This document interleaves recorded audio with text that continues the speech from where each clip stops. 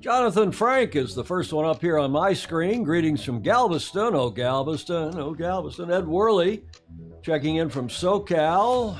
John Emmett, good evening from windy Ear. We're going to see John's video as usual. The whole world is now on tenterhooks to see how Poland reacts. Well, see how NATO reacts to the missiles that have flown into Poland and apparently killed a couple folks there this afternoon. And of course, I guess the Ukraine is under a massive missile attack in general. Christopher Gillingham, wet and windy in Leamington in the UK, sail safe. Yeah, Christopher and Jane signing that message. Blake Middleton, cheers from Lake Minnetonka. Hi, Blake. Graham Sweeney, Southend-on-Sea up in the UK. Gordon Smith, good evening from Denmark. You lovely lot, as he always says. And Peter Stevenson checking in at Balmoral, I guess in Australia. Let's get number 566 off the dock.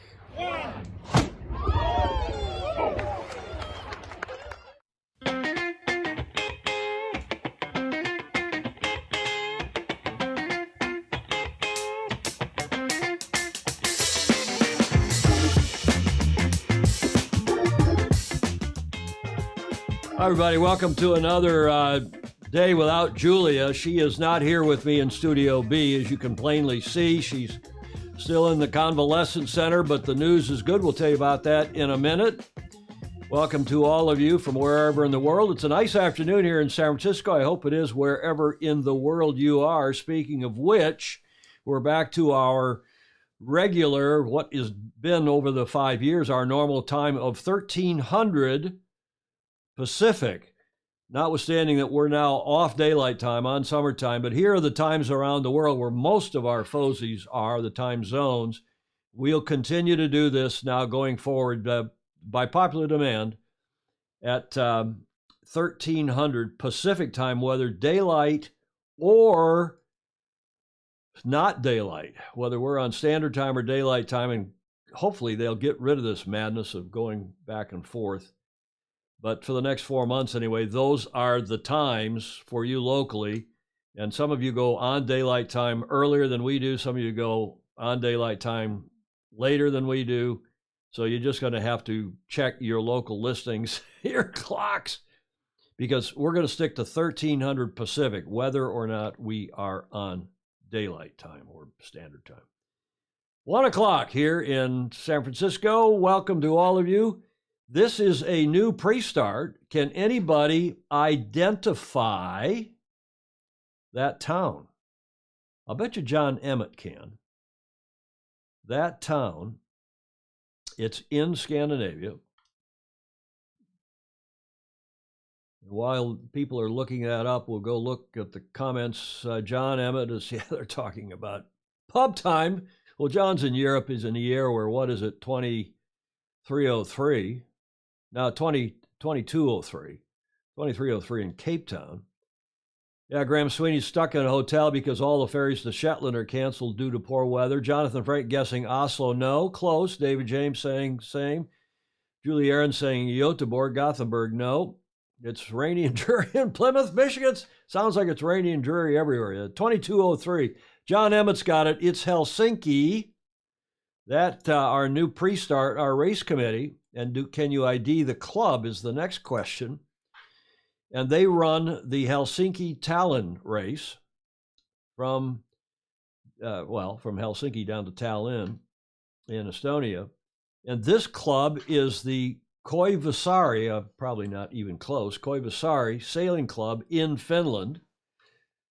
And they are a cool club, and they've been running this race. It's the largest offshore race up there in that corner of the world.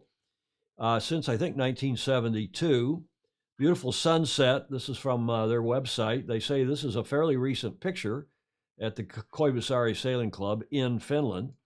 And it's just west of Helsinki. It's kind of a suburb of Helsinki where this club is.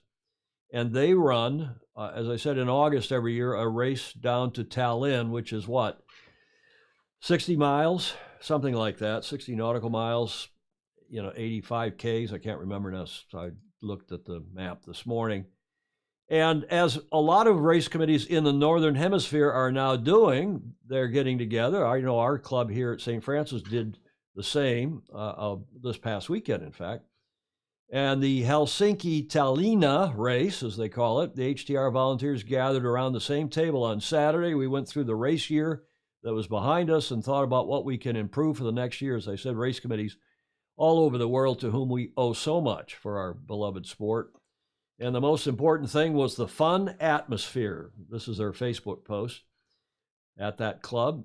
We have a good group running a competition. Everything will be in the race again 2023. Thanks to everyone that have contributed to the success of the HTR, and they've already put up a promo. It will be run again the 18th through the 20th of August in 2023. So bravo Zulu to them, and that, at least for a few weeks probably, will be our pre-start club and featuring that race committee. Let's see what comments we've got. Ted Ryman is in Cape Town, where it's an hour later than Central Europe, 23:06 there, if I've done my math right. Chris Higgins guessed Copenhagen. No. Stingray, after some considerable effort, I was able to switch all my appliances and clocks to Sailing Illustrated time. The old cuckoo clock relented at first. I still haven't. Stingray, you're going to have to come down here and fix my clock on my BMW. I still haven't. Every time I do it, I have to go to the manual, figure out how to do it, or push and click and clack and finally get it. Then I forget. 6 months later, I forget. Tom, the time for New Zealand is 10, not 10 plus 1. No, Luca Craig, 10 meaning on that chart. That plus 1 means the next day. That's kind of the international notation for time zones. If you say it's 1300 here in San Francisco and it's 1000 or 10 a.m. plus 1, that means plus 1 meaning Wednesday. As the airlines do that, others do that. Jonathan Frank will back me up on that. So that's what the plus 1 is. A plus 1 day. Yeah, Steve Groover's got that. Thank you. Cold and gray in Austin this week. James Frederick Bland is saying, glad I got my painting and varnishing done, but the 70s will be back soon. Ted Ryman confirming the time there for Cape Town. I've got a little thingy here. You can't see it in this shot, but up here on my top line, there's an app. If any of you want to know the international times, there's an app called Clocker. It's a terrific app. Clocker. It's free, and it'll put in your, at least on a Mac, what they call the menu bar up there on top. And I've got the times for New York and Rio and UTC, London, Barcelona, Cape Town, Perth, Sydney, and Auckland, because that's where most of our FOSI hail from where. And Clocker is the name of it. It's a free app on Mac, and I think it also runs on Android because it runs on my iPhone as well. Nice. Luca Craig, yeah, thanks for the correction, Field. No, it's okay. 10 plus 1, and same, you saw the plus 1, Luca, after Sydney as well, and Perth, because, of course, you're a day ahead of us. It's Wednesday morning down there. Welcome, everybody. And this is now, I haven't done one of these in a while, but apropos, that race between Finland and Estonia, between Helsinki and Tallinn, there is another tangent to go off on here, and this is about a planned, well, it's under consideration anyway, they're going to dig a tunnel, apparently, they're planning to, hoping to, from Helsinki to Tallinn, and in that proposal, it would be an undersea tunnel that would span the Gulf of Finland and connect Finnish and Estonian capitals by train, not by car, apparently. The tunnel's length would depend upon the route taken. You can see the two different routes on that slide. But it's 50 kilometers, 30 miles, which would make it the longest undersea tunnel in the world. Both the Channel Tunnel and the Seacon Tunnel are longer, but they have less undersea length. I didn't know that. It's been estimated that the tunnel, if constructed, will cost 9 to 13 billion euros. It may open in the 2030s, but the EU has approved 3 million plus euros in funding for feasibility studies. And as long as I'm going out on a tangent, does anyone recognize this combo bridge and tunnel? It is up in that corner of the world as well. Many of you will know that's the Øresund Bridge and Tunnel that integrates the cities of Copenhagen. Yeah, that Gordon Smith's got it, the bridge to Malmö, of Copenhagen and Malmö to a single economic area.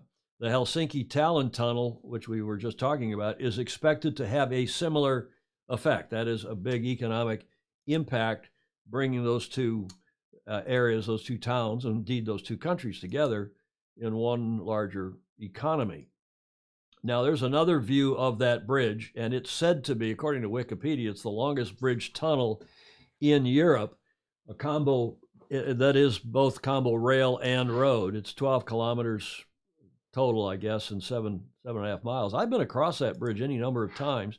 When we ran the Road to the what was it called? Road to the America's Cup or the World Series? I can't remember. Those regattas that we had back in leading up to the 07 Cup. We had one in Malmö. It was a terrific event. A little light and foggy on the last day, if memory serves. But we'd go across that bridge at night from Malmö into Copenhagen for dinner and to meet Danish friends and so on. Pre-regattas, yeah, whatever they were called, Steve. I think pre-regattas was the term of art. So while I'm on my tangent, do you know why that combo bridge and tunnel between Malmö there at the top and Copenhagen at the bottom, do you know why it's part bridge and part tunnel? Why didn't they bridge it all the way across? Luca Craig in Auckland is saying the Øresund Bridge features in the excellent series, The Bridge. I guess that's a TV show. Who's the first to know why they didn't build a bridge all the way across, why they tunneled from that island? Ted Ryman says height. Well, yeah, indirectly, because it needs to allow for the ships. Gordon Smith's got 1/3 of the answer. Stingray saying because the beer and better, they got to get you under the water before you get to Copenhagen. No, shipping, Luca Craig, that's one of the 3 reasons. They wanted to have a free shipping lane without the worry of a bridge to allow taller ships. Yes, that was part of it. There's 2 other reasons. Have to get the sailboats in and out. No, not quite. I think they could have built a high span. David James has got point 2. That's the airport. You can see there at the bottom of that slide, the Copenhagen, that's CPH. That's the airport there. Schiphol, not Schiphol, that's in Amsterdam. But the Copenhagen, very nice airport. Depth of the channel, no. The other reason was for ice flows. The justification for the additional expenditure, which was considerable, and complexity related to digging a tunnel for part of the way, rather than raising that section of the bridge, was to avoid interfering with air traffic. So you got that from the nearby Copenhagen airport, to provide a clear channel for ships in good weather or bad, and to prevent ice flows from blocking the strait. Construction began in 1995 with the bridge opening to traffic in July of 2000. The bridge received 2002, whatever that, IABSE, some kind of an engineering outstanding structure award. Steve Gruber wondering if they ran out of bridge stuff and had plenty of tunnels. Okay, no, the 3rd point was ice flows. So that's Tom's going off on a tangent for today's show. We haven't done this little one in a while. I thought that would be fun. Okay, as promised, here's the update on Julia. She's still in the convalescent home. I was over there, I guess on, what day is today? Tuesday. Was over there Sunday. She's got a doc appointment tomorrow. She's making good progress. Tomorrow is hopefully the D-Day with the doc. They've got to get an x-ray taken, a scan of her foot to see how it's healing, and then the doc can say, yeah, you can put some pressure on this. You can use your boot. She's got this boot, but they really don't want her putting too much weight on that yet until the doc has blessed it. And if he does tomorrow, then she'll be back here in the Commodore's quarters upstairs at the Beach Street Yacht Club, and hopefully over there at her desk here in Studio B, in Studio B, if not next week, perhaps the week after. So speedy recovery, Julia. Stingray, is she sporting her scarves in the convalescent? You know, that's a good question. Maybe if I see her tomorrow, I should take her a scarf, and she could wear a scarf and liven up that place a little bit. It's, these places are, Julia's one of the bright lights in the place, a spark of energy and bright light. Some of the other people there are, shall we say, somewhat dissipated. It's a post-acute convalescent, and it's not like Julia had a heart attack or a stroke or anything. She's just got a foot that she can't put full weight on. So hopefully she's better. That gets us to the starting line. Let's get this show well and truly underway. And of course, we like to start as usual, not always, but as usual, with our Coach's Corner and John Emmett, who checks in once again from France, from a year where it is indeed windy again. Hi, Tom, Julia, and all the Fozy. You'll see I've got my little furry friend with me today rather than the lav mic, and I will try and get a wind. Well, it's called a kitten's paw, which always sounds very bad, but I will try and get a wind muff, wind canceller, so I can be a little bit more discreet, but hopefully you can hear me today. In fact, in the background it feels very, very noisy because there's lots of sails flapping away, and I don't think I'm going to be hit. This is the day before the regatta starts, and as usual we've done something like 3-4 days training strong easterly, and then for the regatta I think it's going to be northwesterly.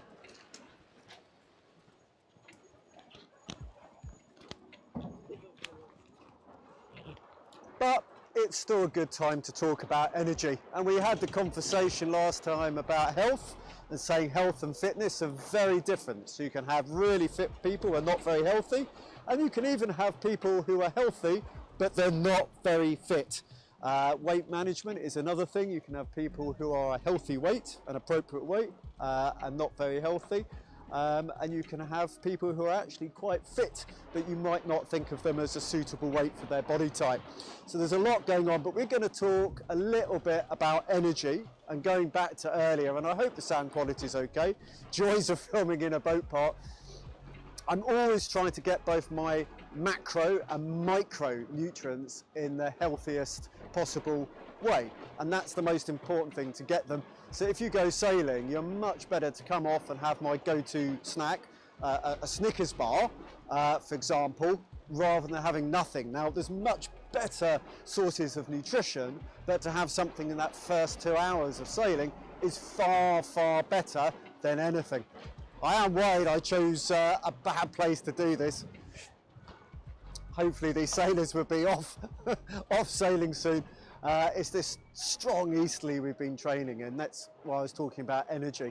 So energy and health, again, two very different things. You could get the same nutritional content, for example, from sugar water and orange juice in terms of the macronutrients, in terms of the carbohydrates. But in terms of health, it will be very different, and that's why it's important to get macro and the micronutrients. And I've studied sports science and specifically sports nutrition for over 20 years, and it is definitely a science. That means ideas change. Even when it's best to do aerobic training or weight training, thoughts have changed, stretching have changed, and there's nuances, things which are better for older athletes, younger athletes, male athletes, female athletes.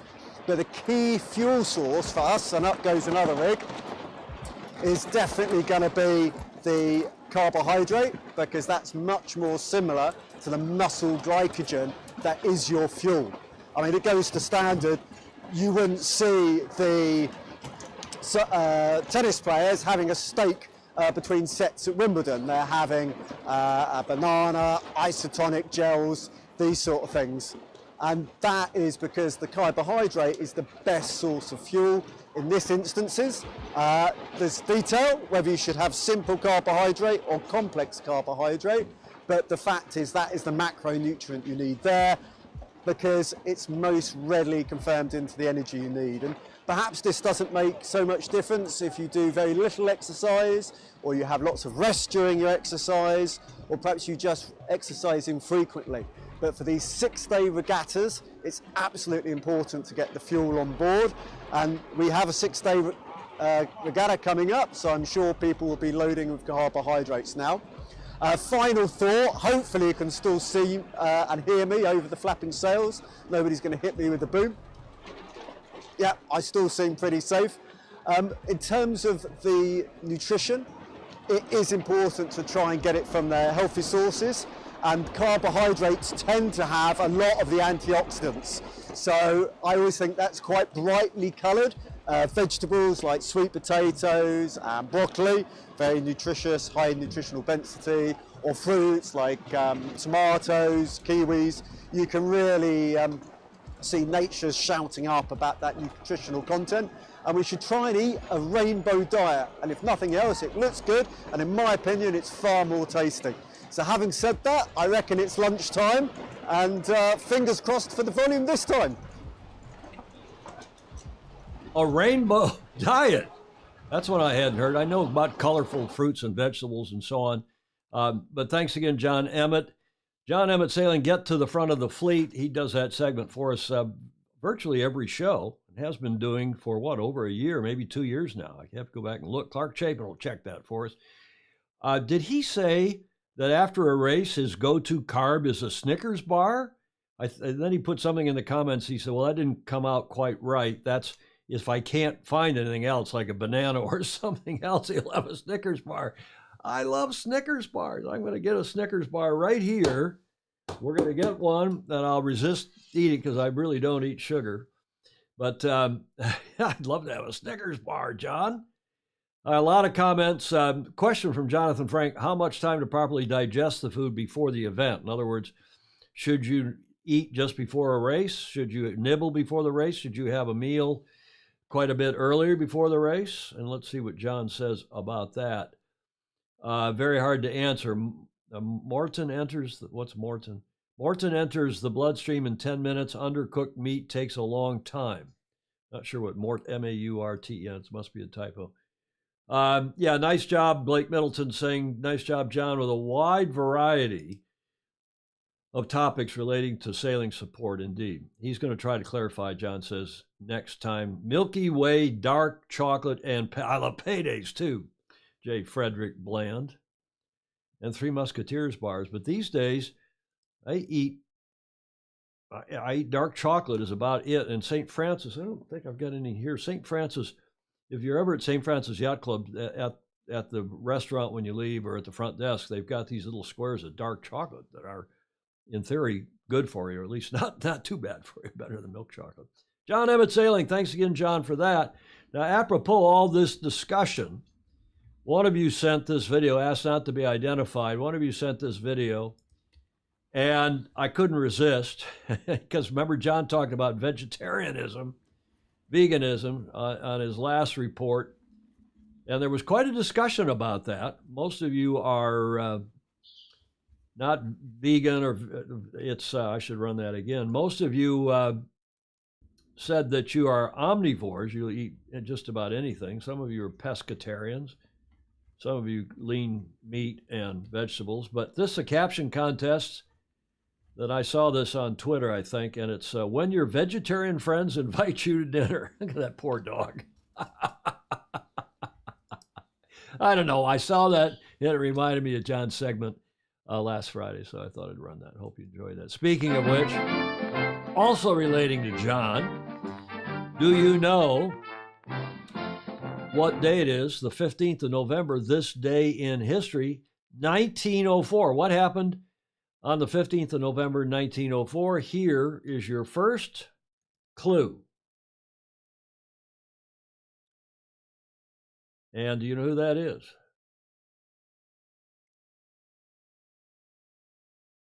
Everybody's laughing at previous jokes. That is King Camp Gillette. David James has got it, the Gillette patent. USA 1855 to 1932. So he was born 4 years after the first America's Cup. And he invented well, several other people had the same idea and same sort of thing, but he was the first to go get a patent on it. King C. Gillette was an American businessman who invented a best-selling version of the safety razor. Gillette's innovation was the thin, inexpensive, and disposable blade of stamped steel. Gillette is often erroneously credited with inventing the so-called razor and blades business model. Cheap razor, sell the razor at cost or below cost in order to get more. It's like the printer, sell cheap. Oh, I got a printer here. and sell cheap printers and expensive ink, right? Well, that's the same idea with these razors, cheap razors but expensive blades. However, Gillette Safety Razor Company adopted the business model, apparently, from its competitors. And as David James said, indeed, on this day, you can see in the upper right corner, November 15th, 1904, he was granted a patent for the Gillette Safety Razor. Now, I don't know if you've seen, those of you of a certain age who still have medicine cabinets in your homes, at least here in the States, you know, they had a slot in the back of them. Maybe they still do. And the idea was to provide a place for a disposal of these razors back in the day, the very thin double-edged razors. Well, there's a video, and I finally found it, a video on YouTube, and it's about sticking all these razor blades in the slot in the back of your medicine cabinet until so many have gone in there that the building collapses. And it was a funny video, but it was such poor quality, I did run it. But I remember that from, I guess, growing up as a kid. Route de Rhum, that's the headline, collision, capsize, and fire. Oh my, it's been quite an eventful week as the lead boats are closing in. They're going to finish tomorrow. Let's give you a quick look at what has happened since the start. This is a wrap-up or a video from shortly after the start that I grabbed just to bring us all up to speed.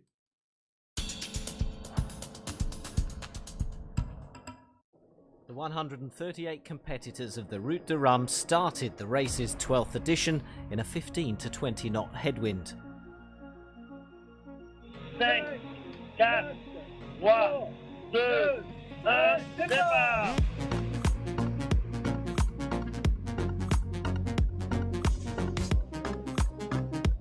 Six classes got underway with the solo skippers facing 6,500 kilometres to Guadeloupe. The all teams are expected to cover the distance in 1 week.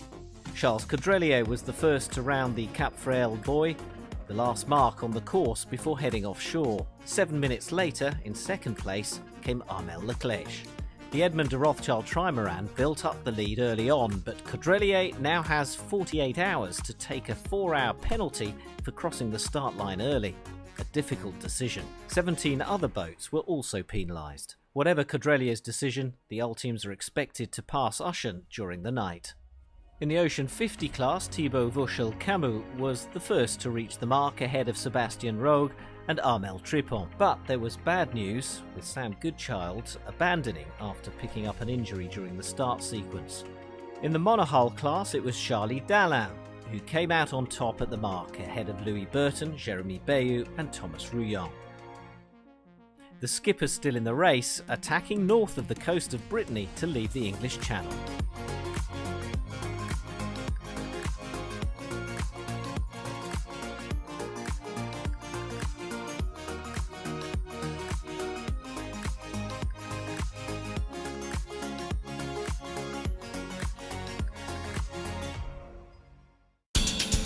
Okay, that sort of brings you up to date. I've got one more video from a couple days ago covering some of these accidents that have taken place. Have a look.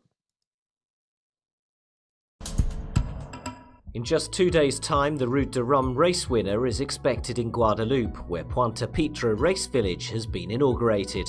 It's a source of real pride to see so many people for the opening of this village, the authorities, the partners, the city of Pointe Pitre, and I congratulate all those who are working to make it a success. There's already huge support. No, the Route de Rhum has not become a double-handed race. This is the happy conclusion of a rescue from the middle of the Atlantic.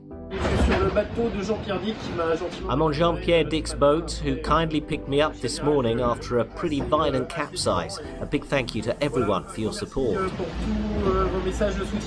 The Imoca fleet is stretching out off the Azores and in varying conditions. Leading comfortably is Charlie Dallain towards the southwest, but for Antoine Cornic further east, the night was much more stressful. I tacked twice. I changed sails 3 times during the night. I'm very tired. In the all teams, the leaders are being tested. We've exceeded all our limits. It's impossible to reduce our sails, so we've been surfing at 43 knots and up to 48 in the squalls.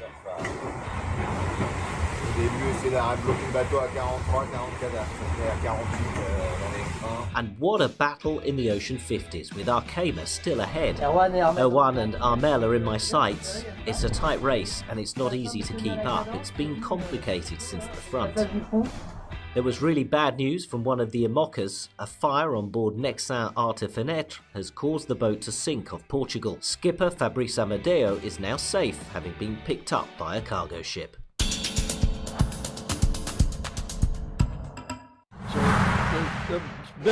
The 14th of November 2022. One more. Keeps going. Fabrice Amadeo, in his own words, "Death did not want me today. Hello everyone. I am safe and sound on a freighter, which will drop me off in the Azores tomorrow morning. My IMOCA, Nexans Art et Finitas, sank in flames before my very eyes. All my dreams went down with my boat." At 11:32 UTC this morning, whilst heading to Cascais in Portugal, on his IMOCA Nexans Art and Finitas, after a leak had forced him to leave the Route du Rhum destination Guadeloupe race course over the weekend, solo skipper Fabrice Amadeo had an explosion on board, which was immediately followed by a fire. Amadeo was forced to abandon his boat, which sank, and rescue operations were immediately initiated. Alerted by the race management of the Route du Rhum destination Guadeloupe, the Portuguese Maritime Rescue Services contacted the vessels present in the area of the accident.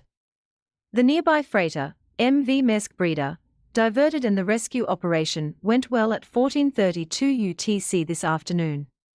Amadeo is now safe on board the freighter. He is not injured. He will be disembarked tomorrow in the port city of Ponta Delgada on the south coast of the island of São Miguel, in the Azores archipelago. Amadeo, a 42-year-old former journalist turned ocean racer, reported afterwards. He said, "Sunday morning, everything is fine on board, and I am having a great race. The boat is flying hard in the squalls, and the sea is heavy. Suddenly, I realized that my ballast has exploded on a wave, and that I have several hundred liters of water in the boat. I stopped to be safe, and started to empty everything. At that moment, the batteries were immediately affected by the water and failed, and I had a complete blackout on board. I had no more electricity, no more autopilot, no more computer, no more electronics. I decided, in consultation with my team, to proceed cautiously towards Cascais. Sunday afternoon, there was big smoke on board the boat. I used the extinguisher, I put on my survival suit, and I alerted the race direction, who asks a competitor in the IMOCA class to divert to assist me if necessary. The smoke eventually stopped, and I decided to resume my passage to Cascais. I meet James Herrera, the skipper of Gentoo, who had come to the area to help me. I thank him and resumed my passage. I completely dried the boat and prepared myself for a difficult passage. I slept 2 hours last night to recover from my emotions, then steered for 6 hours tonight. Again, I have 2 hours 30 minutes of siesta, then 7 hours on the helm. Shortly after 12:30 p.m. today, there is more new smoke on board, followed by an explosion.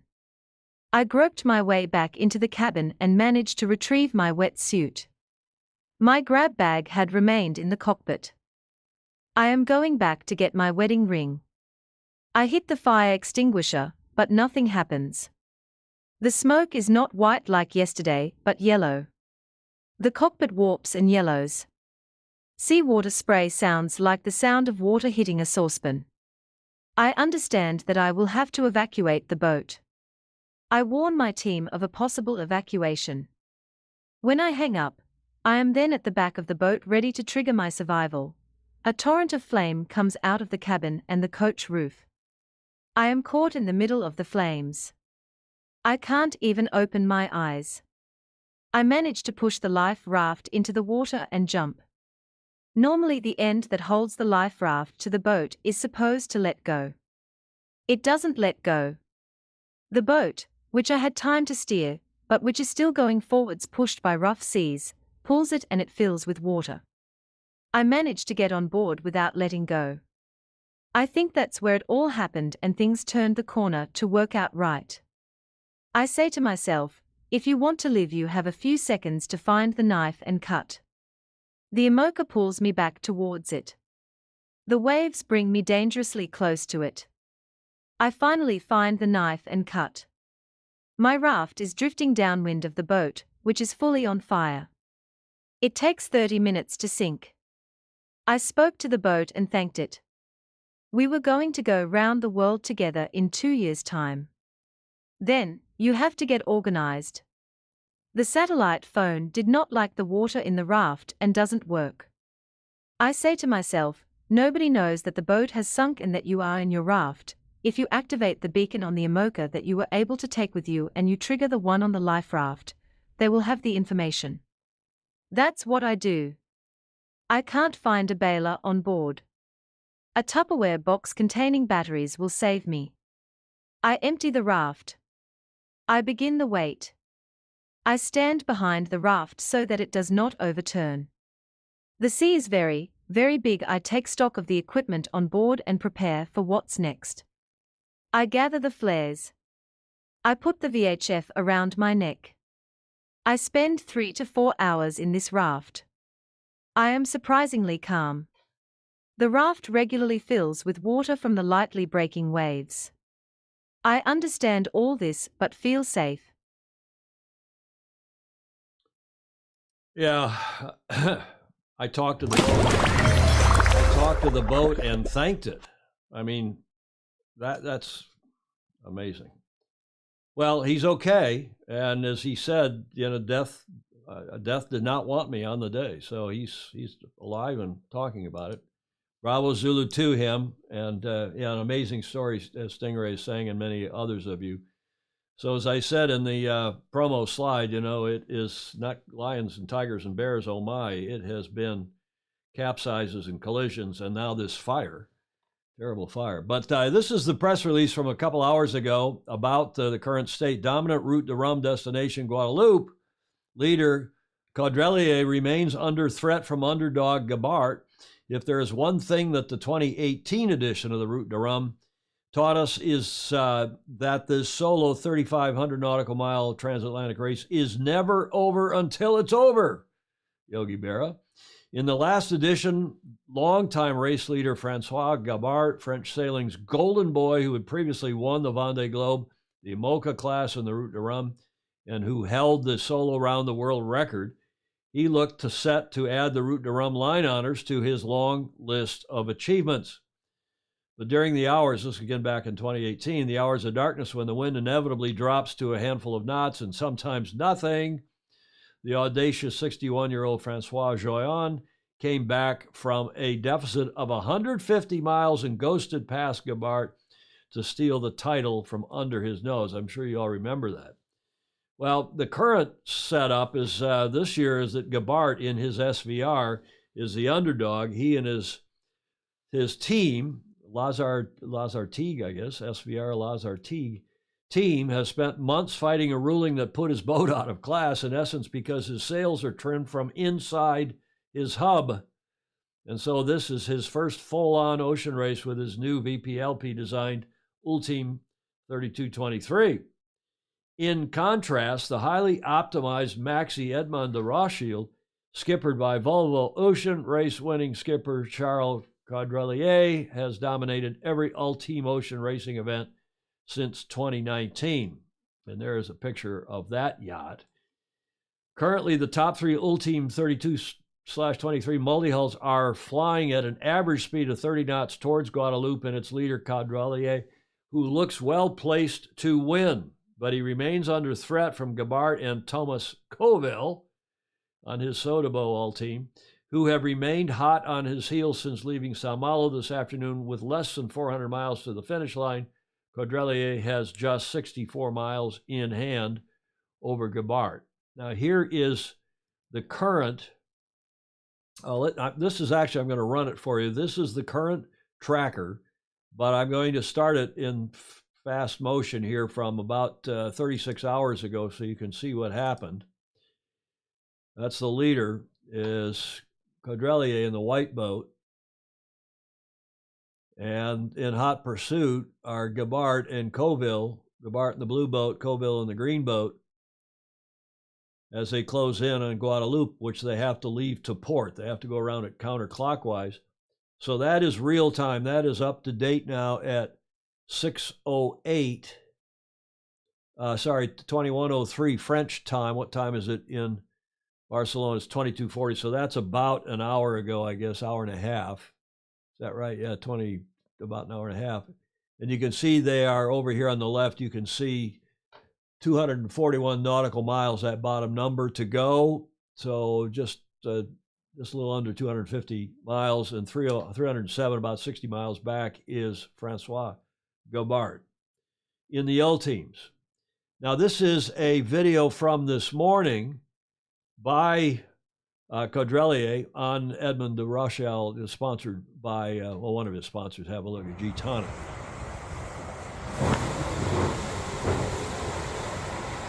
Dernier lever de soleil à bord de Gitana. Normalement, demain, on sera arrivé, j'espère. La Guadeloupe n'est pas trop loin. Voilà, on est dans l'Alizé. C'est toujours la bagarre, hein, parce que l'écart n'est pas énorme avec le trou de la Guadeloupe devant. Et la fin pour approcher la Guadeloupe est compliquée. Voilà.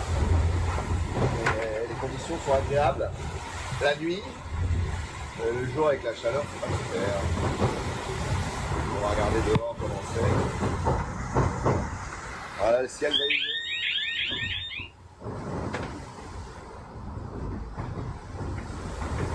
Ah, le bruit, c'est l'alarme de gîte. Vous avez dû voir le coup de gîte à la caméra. Ouais. Les vagues et un peu de risée. Ça fait des petites accélérations.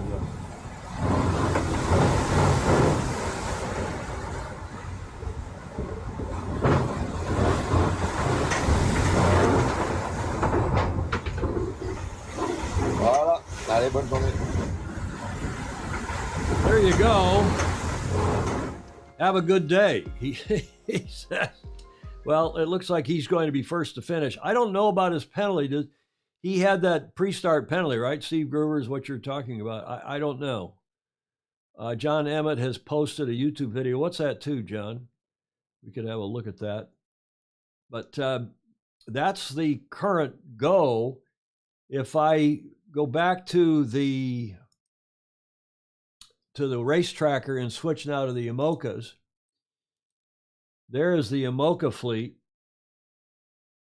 Let me back that out just a little bit here so you can see. They're up there by the Cape Verde, just past the Canaries, kind of alongside, not quite Cape Verde Islands. So they got a long way to go. Leading is, as he has since the start, is Charlie Dallin and Apivia, but he's still got 1,700, almost 1,800 nautical miles to go.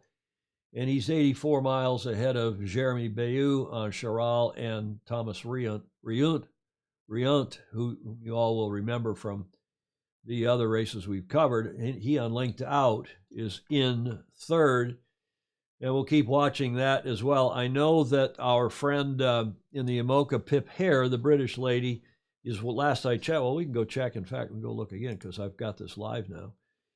She was in 19th. Yeah, Medallia, there she is, 19th place. Last I checked this morning, and she still is something like 400 and almost 40 miles back of the leader. But look at how well Isabel Zhashki is doing. Zhashka, who is in 8th. Is she not? Yeah, she's in 8th. So that's, and Justine Metro above her in 6th. So well done to the ladies, but to that entire fleet. It's very impressive. And we're enjoying following this race as always. Now, speaking of Pip Hare, I have a video that from her, just, I guess it was done before the start, but it explains their sail inventory on the IMOCAs that I thought you would find interesting. When I'm racing, I'm allowed to take 8 sails with me. And it's up to me what those sails are. Now, very obviously, one of those is going to be the mainsail. And then we also take 2 working jibs. So the J2 is the jib that's on our structural stay, and that's up all the time. It's actually tied up to the top of the rig. It's not on a halyard, it's permanently attached on a furler. And then we have a J3, which is just a smaller jib for those windier conditions, and I can put that up and down. Now on top of that, I then have a selection of a further 5 sails that I can take, and they're all of my off-wind sails, and they will be different weights, different sizes and different cuts to try and cover the maximum range of wind angles and conditions that I might expect to see on a race like the Vendée. Now here we can see my sail selection chart, and this helps me understand when I should change from one sail to the other. So each of these blobs here represents one of the sails that I carry, and then we have a scale up the side here, which is wind strength, and then across the top here, which is wind angle. So we can see that in very high winds and at high wind angles, we use the J3, my small jib, and actually if we're in 40 knots of wind, up to 130 degrees true wind angle, then we would use the J3 all the way. This one here is my fractional 0, so we can see a kind of sausage-like shape. So we start off using that to go upwind in light airs, and then as the wind gets stronger, it's more appropriate for going downwind. And then all the way down here, this very last blob here, this is my A2. So this is my soft spinnaker. And we can see that I can use that in very light airs. I can use that for reaching. So it goes up to a wind angle of about 110 degrees.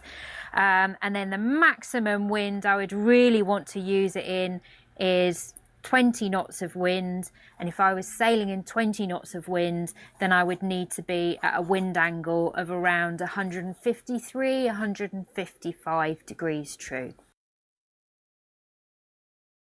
Okay, so there's obviously her polar diagrams on how she's using the sails, but I mean, just think about all those decisions you've got to make, and whether you've got the energy, whether you've had enough sleep, whether the cost benefit of slowing yourself down, of taking the energy to put up another sail. Hard stuff, hard sailing, tough sailing. But as I said in the show notes at the top, carnage and courage. And I think these sailors that are still in this are all, showing tremendous courage indeed. David James, no storm trysail or storm jib. I don't think they can take the main down. I think that's up, and single-handed trying to get the main down and going to a storm trysail is a little much. Obviously the jib, they can go to that. It's a fairly small jib, the one that she said is pinned up all the time.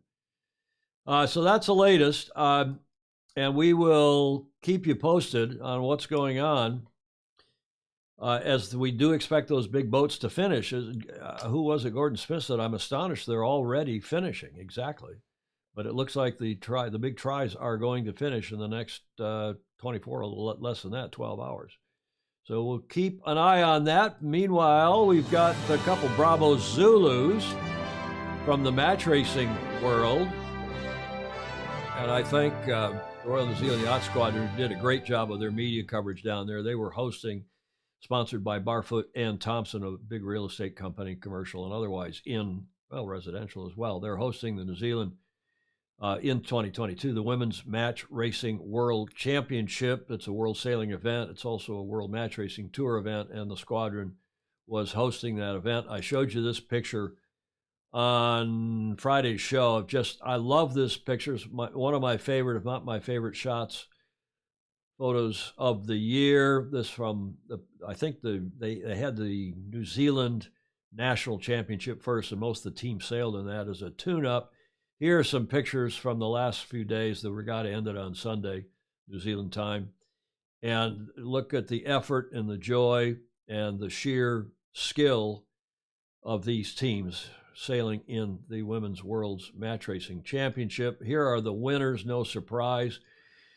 Pauline Courtois, whose team Match in Pink from France wins the 2022 Women's Match Racing Worlds. And she, world champion, she's been a world champion before, and Match in Pink defend the title, winning the 2022 Barfoot and Thompson World Women's Match Racing Championships. That's a nice picture, too. I agree, Ed Worley. I think that was a lot of fun and so much nicer than the guys in their dark clothes and their arms folded trying to look like hard guys. I mean, excuse me.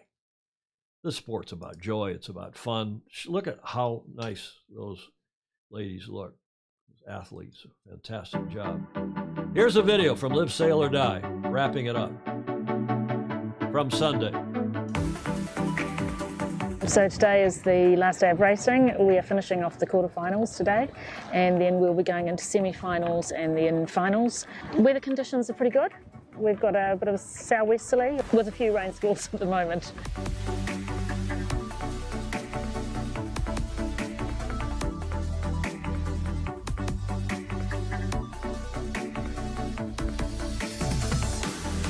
We did a good quarterfinal, but it's just the first part of the day. Now the weather is really difficult with a big difference of pressure and direction. So we just keep going and wait and see.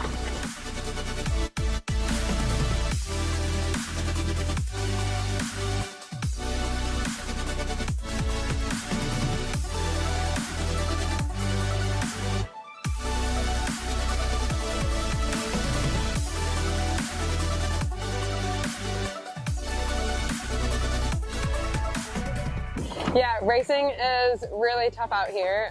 These girls are all top-notch, not giving us anything, so we need to make sure we're switched on all the time.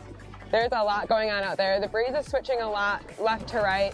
The tide was ripping there for a while as well. So it is just playing the tide, staying in the pressure, and keeping your head out of the boat.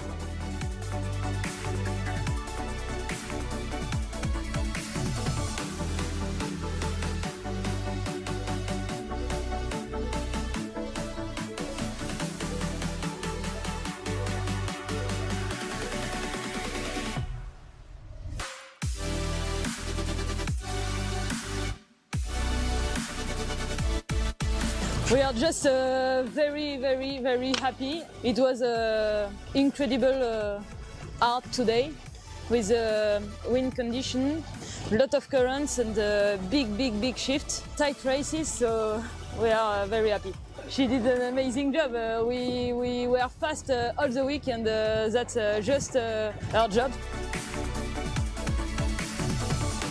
It was a fabulous day out there today.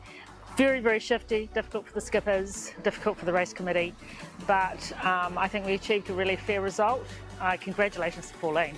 She just was amazing, but also to all the other teams that were part of that, and particularly part of the top four.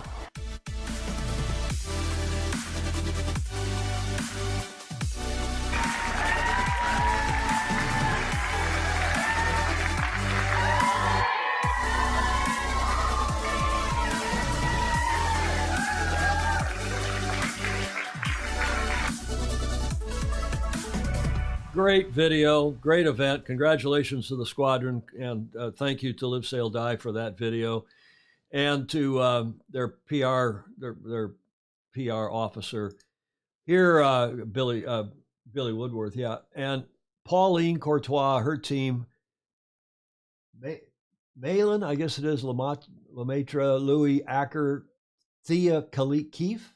I'm sorry, I'm murdering these names. Clara Bayou. They've been sailing together a long time. They are really, really good. We saw them here in San Francisco 3 years ago, I guess just before the pandemic, when they won the Women's Worlds here, hosted by St. Francis. Then you had two Kiwi teams came through. Celia Wilson, her team, and Megan Thompson's teams ended up second and third. Anna Osling, who we also know well from Sweden, she came through Gov Cup and also was here in San Francisco. Ended up fourth, and our own Nicole Briot here from St. Francis, and Molly and Dana Riley Hayes and Karen Lutzenizer and Julie Mitchell ended up fifth. And another, Juliet Constanzo, who we know her family from the Gov Cup and from match racing. Great sailors, terrific event. Bravo Zulu to them all. And thanks again to Billy Woodworth, who is doing a great job as the squadron's PR officer. And we hope very much that Billy will get up to Gov Cup in 2023, because they will have, they're going to have some top teams again from the squadron up at Governor's Cup. And I mean, this is a club that sends their PR officer with teams to world match racing events. And that's a cool thing. It's great for the kids. And it's also very helpful to the event because they help us as well. So Bravo Zulu to them. Bravo Zulu also to this team. You see the big Y on the pennies, as they call them, on the pullovers. This was in San Diego in their J22s. Last weekend, this was the Collegiate Match Racing Championship in this country, which is becoming quite a deal. These kids that are coming out of Gov Cup and other match racing events and then going to college and not just sailing dinghies, but they're also doing this match racing circuit in collegiately. And Yale became the match race national champions for a second year in a row, and it got great coverage in Yale News and the student newspaper in New Haven.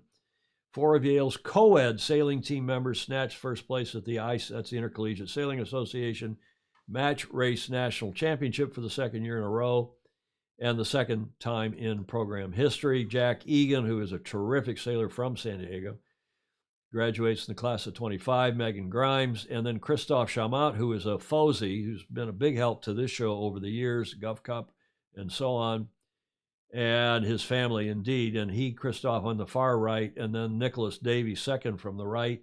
They competed together for the second year in a row at this match race championship that was hosted this year by San Diego Yacht Club this past Sunday. They've got Coach Thomas Barrows and Hall of Famer match racing expert Dave Perry, a longtime friend and another FOSI, who helped coordinate the team and coach the team. And they beat out the University of Charleston, College of Charleston, and Brown University to win the match. Keep the kids racing. It's the future of our sport, Jonathan Frank is saying. Yeah, the current there made the regular match race tactics tough. True, Bill Wingrove. And back up to that previous video, Steve Groover, yes, those are Elliott 7s that they were racing the ladies match racing in, but I digress. We go back to this. Bravo Zulu, congratulations to them. Now, Christophe was quoted in this article. I say Christophe Arfosi, who's been on this show and has helped us produce various shows over the years. It felt really special to win this event with his team, especially for the second year in a row. Chris said Chalmont. Christophe will leave the team of 4 when he graduates. He graduates this coming spring. Couldn't have asked for a better way to end my senior fall season. The team opened 3-day race weekend with a win against Tulane, and then they beat Georgetown, who were one of the favorites going into this. Beat Georgetown in the semifinals, and then in the final round, they swept the Waves and defeated College of Charleston 3-0. Speaking of Georgetown, another FOSI who's just gone to school this autumn at Georgetown and is leading the sailing team, I think, already, or nearly so. Our FOSI and dear friend Jeffrey Peterson, who will graduate from Georgetown in 25, along with another FOSI, Scott Mays, Joe Coyne, and Eva Fortunato. They sailing for Georgetown. Didn't have as good a regatta as they'd hoped, but they got to the semis, got knocked out by Yale, and had they won the semis, who knows, maybe they'd have gone on and won the whole thing themselves. Great stuff to see these kids match racing. Great to see clubs like San Diego Yacht Club helping the collegiate match racing circuit. Great stuff to see the women sailing at a prestigious club like the Royal New Zealand Yacht Squadron for their World Championship. Bravo Zulu to everybody involved. Coordinated in unison. Yeah, okay, so Yale, the alma mater of SF local Nicole Briot. Yeah, who's a match racing expert. And Nicole Briot, as I said, Alex Kent was 5th down there in Auckland at the women's. So thanks to Denise Peterson for sending that picture along. I pinged her this morning, said, hey, you got to have a picture of Jeffrey and co. We're talking about the FOSI, and we want to talk about how Jeffrey did, despite being a little disappointed in the result. But I think had they won the semis, they may have gone on and beaten Yale in the semis. They may have gone on to win the whole thing. Now, this was an interesting event. I don't know if any of you got up and watched this, or if you're in Europe, you could have watched it during your day, but we had to get up early to watch it, and I did Sunday.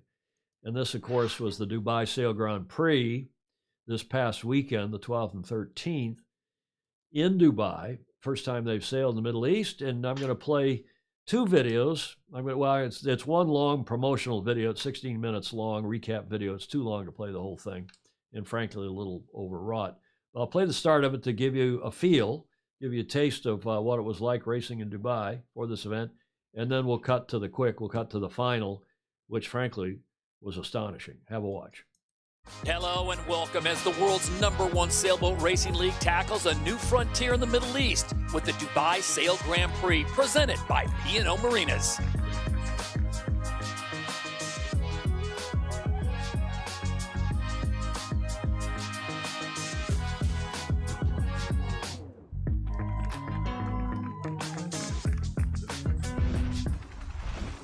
Watch for the light to turn white and we'll see a good start. We've got all the boats coming in fast. Here we go. Wow, Switzerland on the money. All the boats on the line there, and Switzerland, they're fast. They're going to have the fastest angle to Mark 1, but I think Canada might be able to fend them off. Robertson, the starting master, can he lead at Mark 1? Can't emphasize enough how small this course is, Stevie, so if you get control of this race early, you've really put yourself in the catbird seat. Rich get richer, and you can see Robertson able to do exactly what he wants to do. Calm comms, Chris Draper, Georgia Llewellyn of France feeding the information. Quentin de la Pierre is going to follow him round, and then it's going to be tight, I imagine, in the bunch after this. And we can see he's going well, but look up the screen. The boats are struggling to foil now, Todd. The wind has dropped off a little bit, and it's all about trying to find the wind to get up on the foils. Green on Canada, expect them to pop on the foils soon. When you see the top of the mast turn green, that indicates they're fast enough to be foiling. Denmark, what a brilliant leg here by Nikolaj Sejersted. He looks like he's going to move past New Zealand. Really accurate sailing by the Danish, and all these boats are going to be very, very slow after this mark. Going to be H1? Yep. H1. Denmark must keep clear. Looks like Denmark are going to try and turn right in front of them. They do. They're going to turn, block the wind, shut the door on Ainsley. But where are New Zealand off to? They're sailing a lot of extra distance here, and that's the game. Do you minimise the distance, which might mean sailing a bit slower, but you can see Denmark and Great Britain are nearly sailing straight up the ladder line. 20 kilometres an hour, nearly twice the speed, but they're sailing a lot further on board the French boat. I'm tempted to just stick in this mode and try and lay the left gate. Little showboating run to the finish here. Canada securing the victory. It is now the battle for second, third, and fourth. And Stevie, those points are so valuable. We've talked about it. 3 more races tomorrow. You cannot wait until that 6th race to make a move. You've got to stay consistent. You got to stay in that top 5. It's a bit close to the time limit, eh? Yeah. That's a big result for Denmark. Good, solid start. Oh, here we go, tight. Switzerland has the right of way. Great Britain must keep clear. And they spin the boat. Watch out for that mark, Seb. Oh, it's tight. Surely a protest coming. Come on. This is the umpire's penalty GBR relative to Switzerland. Oh, it's going to be interesting because how quickly is that penalty going to drop off? Ainsley, hand out. He's not happy. He's got to let the Swiss boat get back past him here. He needed to give more room at that. Top left, 16 minutes is the end of the race. Oh, that means we're going to go back to the last match. Oh, excuse for the industrial language on board the British boat there. That was just, obviously, the passion of the moment really came out for us there. Good job, guys. Industrial language. So that was the first fleet race. You can see it's light.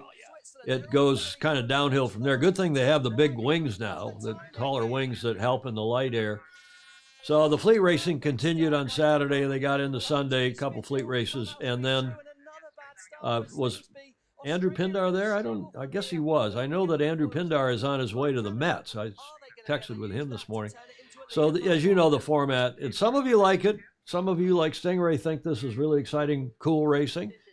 And a few others of you think, yeah, Ed Worley and light winds, all boats are displacement boats. And Jonathan Frank saying it looked really exciting for the 45 or so people who were there.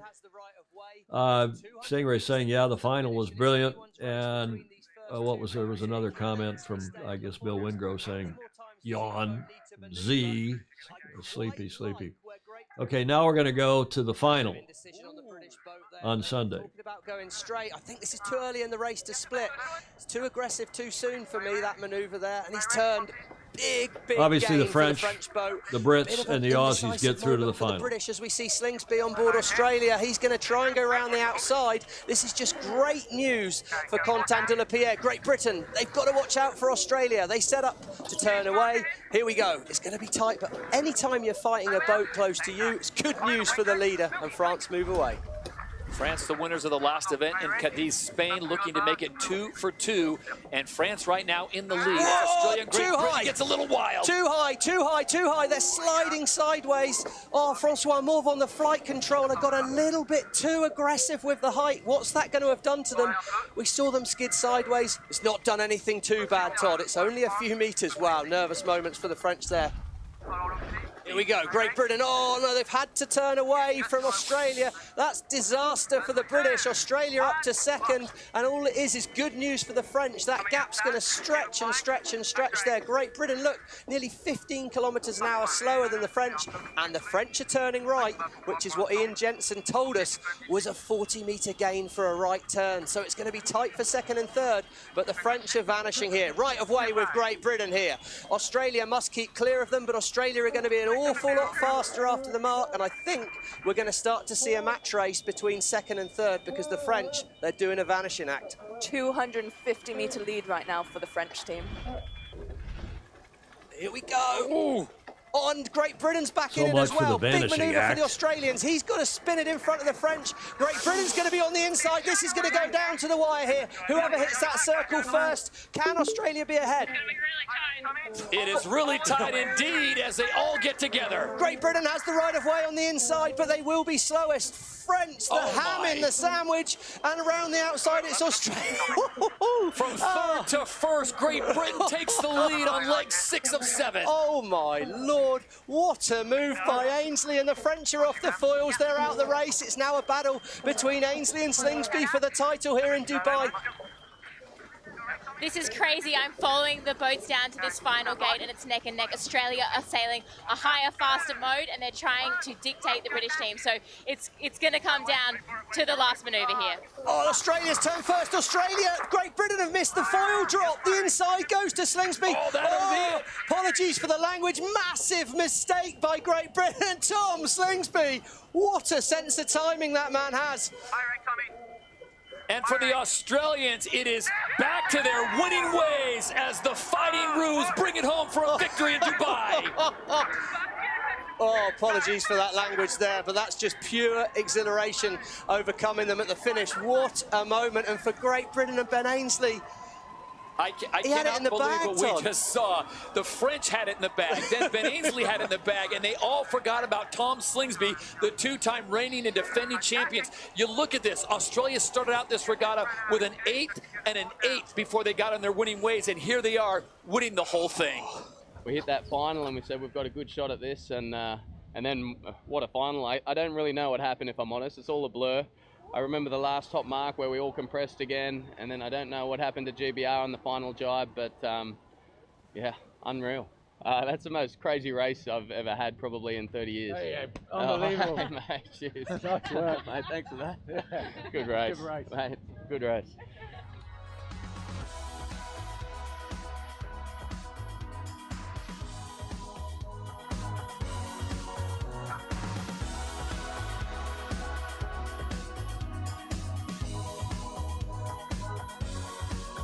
Yeah, you have to wonder. It almost looked like he did it on purpose. I'm sure he didn't, but I'm talking about Sir Ben. And I don't think, Stingray, it was, I watched it live, heartbreaking, yeah, John Emmett. I don't think it was a foil drop problem. Maybe it was. Maybe they couldn't get the foils down, and that's why he didn't jibe. But it just looked to me like they misjudged the jibe lay line into that the second to last mark before the last mark before the finish line. That was bizarre. He goes from first to third. So it was probably the most exciting final the SailGP's had in the, third season. And Tommy Slingsby, as a number of you said, including Julie Ahrens, there's just nobody like Slingsby. Yeah, American Magic, Bill Wingrove is saying, of course, with Tom Slingsby now with American Magic, Quantum Racing American Magic, it's New York Yacht Club's team. Tom Pace, hello, Commodore Pace, Pensacola Yacht Club. Oh, on that final, it's a Tom thing, right? Tom said Tom. Yeah, Tom Pace talking about Tom Slingsby with Tom Eamon. I like the language. Ed Worley says it shows passion. Jonathan Frank, awesome finish to a particularly dull start. Hope they promote the hell out of it. Stingray, I think TNZ took a 4-point penalty this weekend, including in the season standings. USA took the same hit in Saint-Tropez. I don't know. There wasn't much. I didn't go study all that, but here are the season standings on the website as of Monday. So Australia now leading, Tom Slingsby and co. up on 60 points with Pete Burling and the Kiwi team. It doesn't look like they took much of a penalty if they did, Stingray. 51 points. France, Quentin Delapierre on 50 points. Sir Ben's team on 48. Nikolai Sehested, you got to give the kids from Denmark credit. Kids, I mean, they're young, but they're hanging in there, doing well in fifth. Phil Robertson keeping Canada in the hunt on 40 points. Really not in the hunt for the top spot, but disappointing, I'm sure, for everybody in the U.S. who's cheering for Jimmy Spithill and their team. They're down in the cheap seats now, as is Jordi Zammer and Sebastian Schneider in his first year sailing for Switzerland. Jody Shields, definitely a foil. He thinks it was a foil drop issue. If you watch the onboard of the GBR boat, Ben was staring daggers at Neil Hunter. His job to drop the foil. Body language was full on. Yeah, I wouldn't expect, I agree with Jody, I wouldn't expect Ben to make such a glaringly bad decision. They know what the jibe angles is. They know what it is depending upon the breeze. They know how much breeze there is. You want to go early, and you're leading, so you want to go early. I mean, if you're going to err in favor of going, you don't want to go late and let them inside of you. So you really want to go early, and at worst, come in a little high and slow and face, and at least you'll be inside and force the other guys to leeward of you. So you all understand that, I'm sure. SailGP rules seem to be getting more complicated. I don't know. It's pretty straightforward. I like their right-of-way rules. I agree, though, with a couple of you. The commentary is just not correct. But Russell will sort that out. Russell's a bright boy. France has looked great this season over the past few events. Stingray's noting, and I think that's right. So that's the current standings. Couple months off now. The next event is not till early January, the 14th through the 15th in Singapore. The Singapore Sail Grand Prix, the middle of January 2023.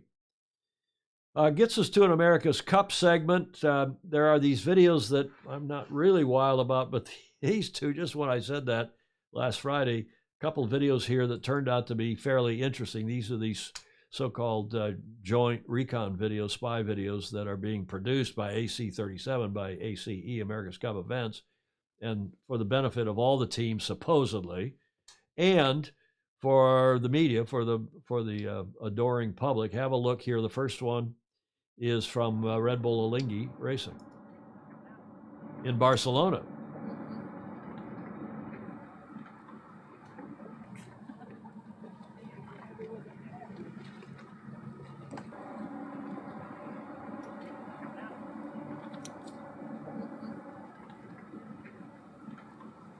All right, good evening, Maxime. Can you tell us who you are and your position on the team?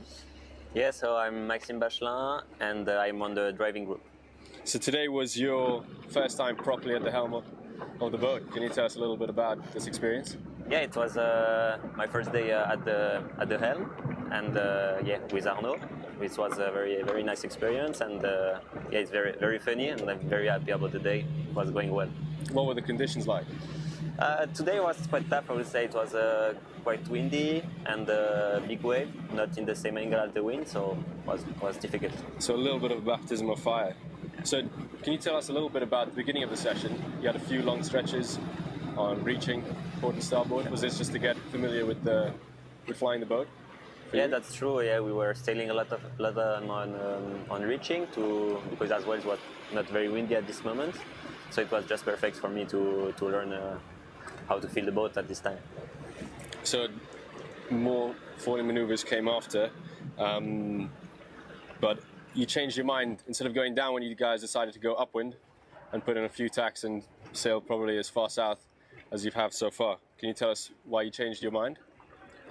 Yeah, we were like, yeah, the goal was to learn more a bit about upwind, and if we were enough confident we are mis-steering for the downwind, we would continue downwind, but finally upwind was safer, and we were managing the day better like this.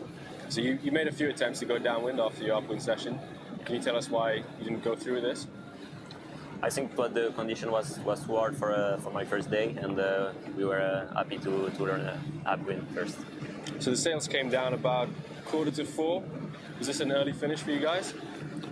It was an earlier finish than we were used to, but some days it's good like this. Is this because of the wind? And yeah, the wave combination? The wind, and as well because of the downwind was quite hard today, so yeah, it was like this. So some of the teams are putting in quite a lot of tacks and jibes within an hour, a bit more than you guys. Is that not of importance for you guys for now, or what's the focus? Yeah, but the focus of the day was for me to learn a bit the steering, so we were doing more straight line, and yeah, the maneuver will come the next days. Perfect. And can you just give us a little recap of the day in French, please? Yes. So, ah oui. Alors aujourd'hui, on a eu des belles conditions de vent, donc de quoi bien naviguer. C'était mon premier jour à la barre et c'était vraiment bien. On a pu faire beaucoup de vent au près, mais c'était bien. Merci beaucoup. Yeah. Yeah, there's some crotonicism, Jonathan Frank, by the questioners, by the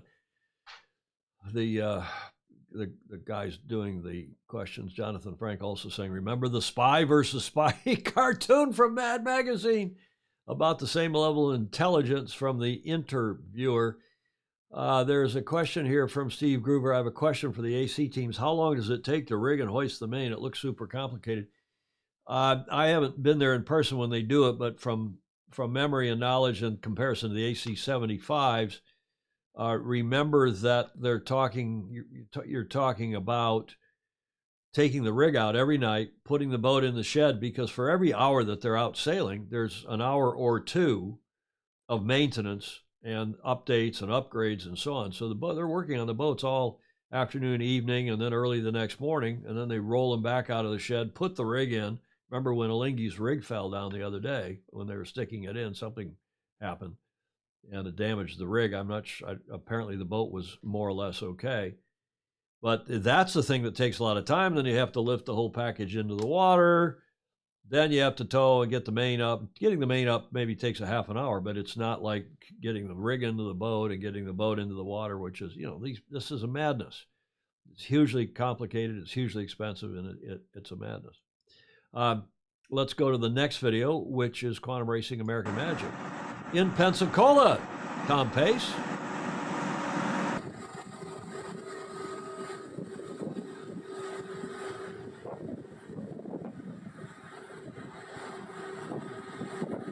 I guess this is for our Veterans Day weekend, Remembrance Day. I'm Riley Gibbs. I'm a trimmer with American Magic. Well, we had another classic day of dying breeze early in the afternoon. Can you walk us through the day and what the team were working on, what they were able to accomplish before the breeze died? Yeah, unfortunately the breeze died off pretty early on in the day, so we weren't able to tick off everything, but we might go back out later this afternoon. We'll just come into the dock briefly, but yeah. Anything specific you all were working on today? Just looking at some jib geometry stuff, with the new self-tacking jib, and trying to kind of remedy some issues. But what exactly are you trimming on the the sails, yeah, between the main and the jib, just depending on what maneuver we're going into or coming out of. But what would you say are the main differences in the Olympic campaigns you've been a part of versus this Cup campaign? To be honest, it's like the size of the team.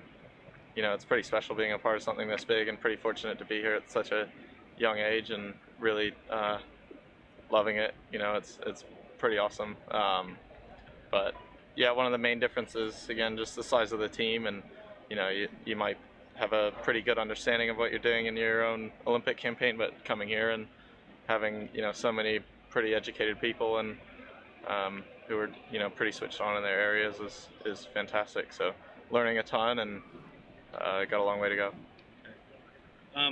What were the team working on the last 2.5 days, which were non-sailing days? As in yesterday and the day before? Yeah. We were just off for the weekend. Okay. Yeah. All right. Prior to dock out and then prior to sailing, so there was a new object on the boat shaped like a pyramid. It's on the starboard bow, just aft of the starboard bow on starboard. Okay. You know what that was? I mean, could honestly, maybe be the winch plinth that we made up. It was just to the right of that. Just to the right of it? Yeah, I don't know. All right. Well, thank you very much. Okay. Thanks, guys. I really like Riley Gibbs. He's going to go a long way. He's a very bright guy. I'm glad they've got him on the team. Probably he's going to hurt our Olympic efforts, because I doubt he'll end up doing the Olympics, but maybe he will. I don't know. Yeah, they first of all, they got to get the audio. They've got to. John Emmett understands this. You got to get a decent mic on the guy asking the questions, and a decent mic on the guy answering the questions, and put it in. And it's easy to do. In fact, the mic that John Emmett uses, Rode makes a dual thing that you can clip on 2 different people and feed it into the camera, and it records it real time. Because if you record it separately, I've got mine. There's a whole trick to doing these things, and the guys that record YouTube videos and the question is whether you record it on the camera itself, which can cause some problems, or whether you have one of these outboard recorders. This is one of the most popular battery-operated portable recorders. You can obviously stick 4 different microphones into it, and then you have to take the audio off that and put it into the video, and you got to sync the audio up with the video, which is not hard, but it takes time. Then you at least can adjust the audio rather than having it recorded in the camera and it's kind of there and done. Go from there. But they've got to fix that if these things are going to be valuable. Could be a goose. Yeah, interesting. He knew full well, I'm sure, whatever this new device is on the boat. And he fended that off nicely. And, of course, these kids are under pressure. They're told, don't answer anything that you don't want to answer. Don't admit to anything if they ask questions, because we don't want anybody else to know what we're doing. What were you doing this weekend when nothing was going on? Oh, we took the weekend. Guy, don't call me Guy Briere. Hello, Commodore. The guy asking the questions is from Pensacola and doubles as the spy boat rib driver. Okay, that's interesting. They're probably trying to keep it cost effective. Don Lunabos, maybe find some better interviewers. Well, I think Guy's got the answer to that. Not so much for the America's Cup, except I do have this by way of Corrector Crutonic.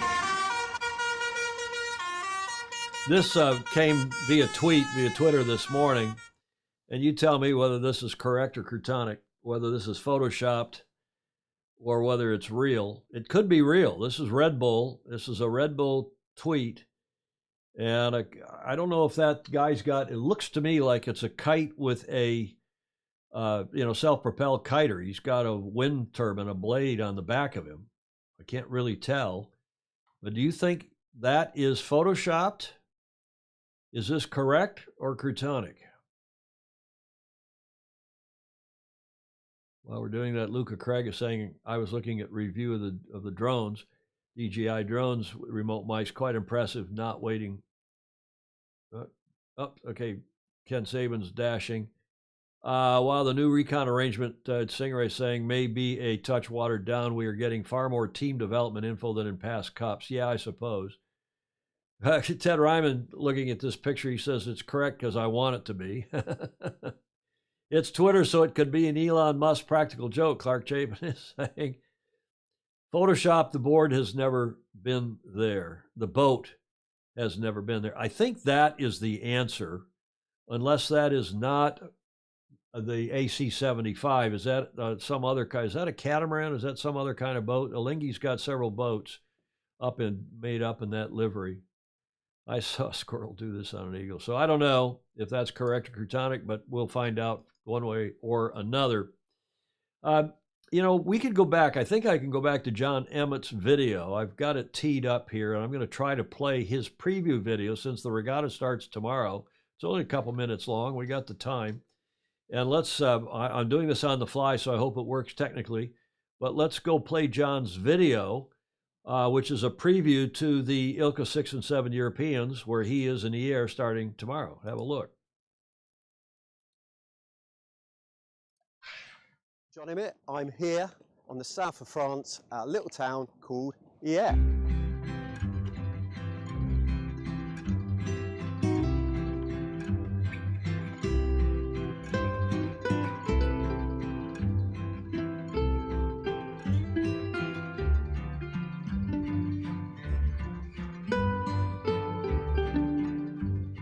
It's been the host venue for many years for the French Olympic Week, so they really know how to put on a regatta.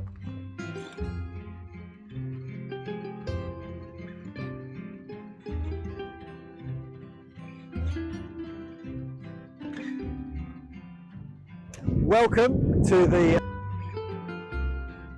regatta I'm attending this time is the ILCA 6 and the ILCA 7 European Championships.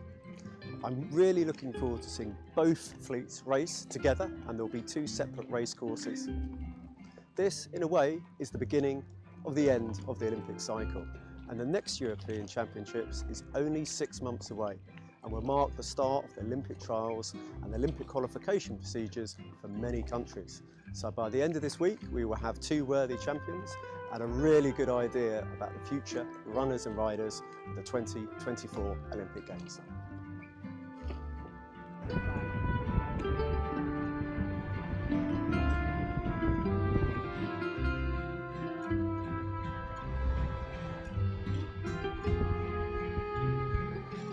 Looking downwind, felt like there was a little bit more pressure on the right hand side.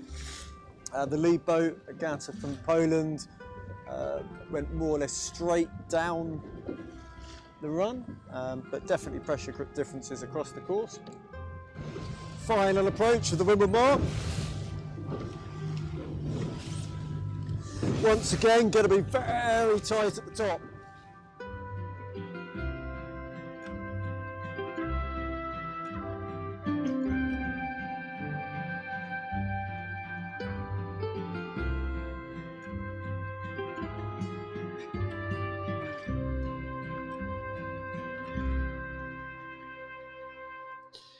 Thanks, John. A romantic cut, a romantic edit. Let me show you how to create What an is this? amazing ad We don't using need this, stock do we? footage. Go to I cut off that, but the audio was still going. Okay, now we're going to do a Fozy focus here toward the end of the show. And this is, I'm not sure. This could go, well, I don't think it'll go bad, but I was here this weekend in San Francisco, and I got a note from Peter Stevenson, a.k.a. Pedro Foiling Sailor, and he said, Tom, my wife is up there helping with some family matters, and she's brought 2 packages for you. Swing by the hotel, hello, John Mangino, and see what they are, pick them up. A little present for you and maybe Julie, I don't know. I said, well, Peter, do you want me to open them up? Do you want me to tell the Fozy about it? Do you want me to do it on the show? And he kind of was, but he finally said, yeah, go ahead and open them up on the show. There's 2 packages. Pedro Foiling Sailor, you never know what to expect with Peter. So here we are. I have no idea what's in them.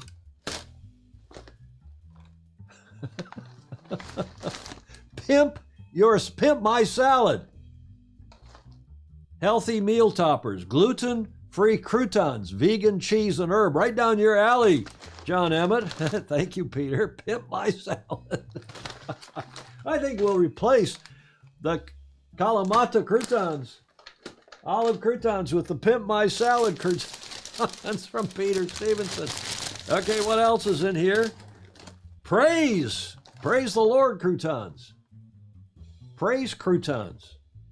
crunchy croutons, baked fresh, lightly toasted, and tossed in our delicious Caesar blend. Peter! Uh-oh, falling off the set here. Thank you, Pedro. I don't know how to get those to... Well, we'll work on that after the show. The box is a little... I have to get that taped up and squared up so that it'll sit there properly. There we go. Okay, now we got a bigger package here. God knows what's in here, but knowing Peter, it'll be funny. Pedro foiling sailor. God, this package is wrapped up. This may require some scissors to get this one open. This is a deal here, Peter. Tape and wrap. Delivered by hand from Sydney.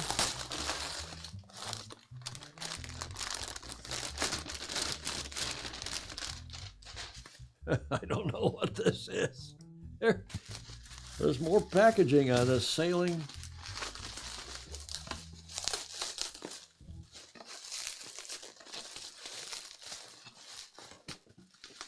I don't know. We're getting there. Some kind of a board. Wow. Bubble wrapped and everything. Sailing Illustrated Office Croutonic Corner. The Croutonic Corner. Sailing Illustrated official Croutonic Corner. Peter, what am I going to do with that? I guess I got to put it back here somewhere. Maybe we got to put it over on Julia's desk. I don't know how we get this to stand up. There, you can see it there. The Sailing Official Croutonic Corner. Okay, Peter. Thanks for that. That's a Fozy folk. That's from Peter. You can put the flags in front of that, I think. I don't know. That worked out pretty well right there, right off the bat. So thank you, Peter Stevenson, which it gets us to the D block and the Whiskey Tango Foxtrot. Now this first one came from the UK, and this I was going to put in correct or croutonic, but I know it is correct. Somebody at a grocery store somewhere put the ho ho ho mayonnaise, which I'd never heard of, but apparently it's real. Ho ho ho, bring out the best mayonnaise next to the Jolly Green Giant. Ho ho ho, Green Giant. Is that commercial run in your country? It runs in our country. It obviously runs in the UK. Ho ho ho, Green Giants. I thought that was pretty funny. Now this came from Greg Phillips. We get the best ones from Greg. Now if Julia were here, she'd have her finger ready to wave because you can see the caption, when you finally find a girlfriend, but you forget you don't have to blow her. Julia, I'm going to shake the finger for you, Greg Phillips. It's funny. It's funny. Thank you, Greg Phillips. Another one from Greg. The wife said, here's $20, get a dog a jacket. If there's any money left over, get yourself a beer. Or we'll dedicate that to Jody Shields. That's something Jody would do, right? I'm going to go, okay, I'll go get the dog a jacket and the Heineken box. Thanks again, Greg Phillips. He sends the best. He sends the best. And then finally, we dedicate this one to Julia from Sir William Golding regarding women. I guess this is a real quote. I checked it, and it looks like it is. And Julia sent this, actually, so we're going to dedicate it to her as well. I think women are foolish to pretend they are equal to men. They are far superior and always have been. Whatever you give a woman, she will make it greater. If you give her sperm, she'll give you a baby. If you give her a house, she'll give you a home. If you give her groceries, she'll make you a meal. If you give her a smile, she'll give you her heart. She multiplies and enlarges what is given to her. So if you give her any crap, be ready to receive a ton of Scheiße. The German word Scheiße. And that is from Julia. She sent that. And so we not only run it thanks to Julia, but we dedicate it to her along with all of our newly found croutons. Look, that actually works pretty well. I'm going to have 3 croutons here. A crazy, crazy show. Thank God it's over. That's I got one more slide I want to show you, though, that I really like. and here at the finish line. And I want to congratulate our friends, the Price family, but especially Christiane Price, who sent, not congratulate her, but thank her for sending this photo of her esteemed son, Harry Price, and of course her daughter, Olivia, an equally good sailor. I just think this was a fabulous shot. They won the Three Buoys race on Rag and Famish and the Ideens and the skiffs this past weekend, and they're doing very well in the season on Rag and Famish. And I just thought this picture of Sydney in the bridge with Harry Price and co. in the foreground was a good way to conclude today's show number 566. If you are so inclined, please like, follow, and share. Give us the thumbs up. It does help the algorithm. It helps YouTube keep us happy. Lots of nice comments. Thanks for the fun. We're an hour and 35 minutes in. Thanks for the stuff, Peter Stevens.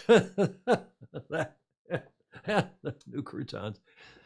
If you are watching this in replay, as many of you do, comments are welcome. We leave them open. Just a reminder, no name calling, no personal attacks, no coarse language, no croutonicism. And we rarely have any. It's astonishing what a great sport we have and what a great group of FOSI we have, and everybody that watches the show are so respectful of one another. Support us on Patreon if you would, please, patreon.com/join/Sailing Illustrated, and we appreciate that support very much indeed. No Julia today. Hopefully she's back. If not next week, the week after. We miss her dearly, and all of your best wishes are much appreciated by her as well. Thanks, Don Lunabos, Gordon Smith, Jonathan Frank, everybody. Blake Middleton, thank you, Tomas, John, and everyone else. I'm so looking forward to Julia B. Yes, so am I. You know, it's not hard to do the show without her, but it is easier, and it's a lot more fun when you can throw, it gives me a chance to catch my breath and get my brain back in gear sometimes. And of course, she reminds me when I'm missing a word or get it wrong, she'll say, no, you meant this. She's so smart, and we miss her dearly. So Julia, who I'm sure is watching, big hugs from all of us, especially us here in San Francisco, and we'll see you, if not this, we won't see you this afternoon, but see you tomorrow, it sounds like, one way or another.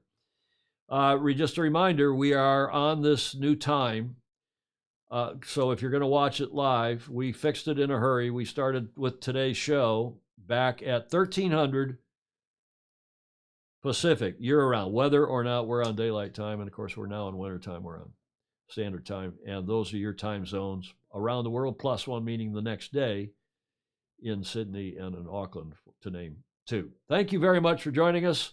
We'll see you on Friday. Have a great rest of your week. In the meantime, sail fast, sail safe, and have fun. Ciao for now.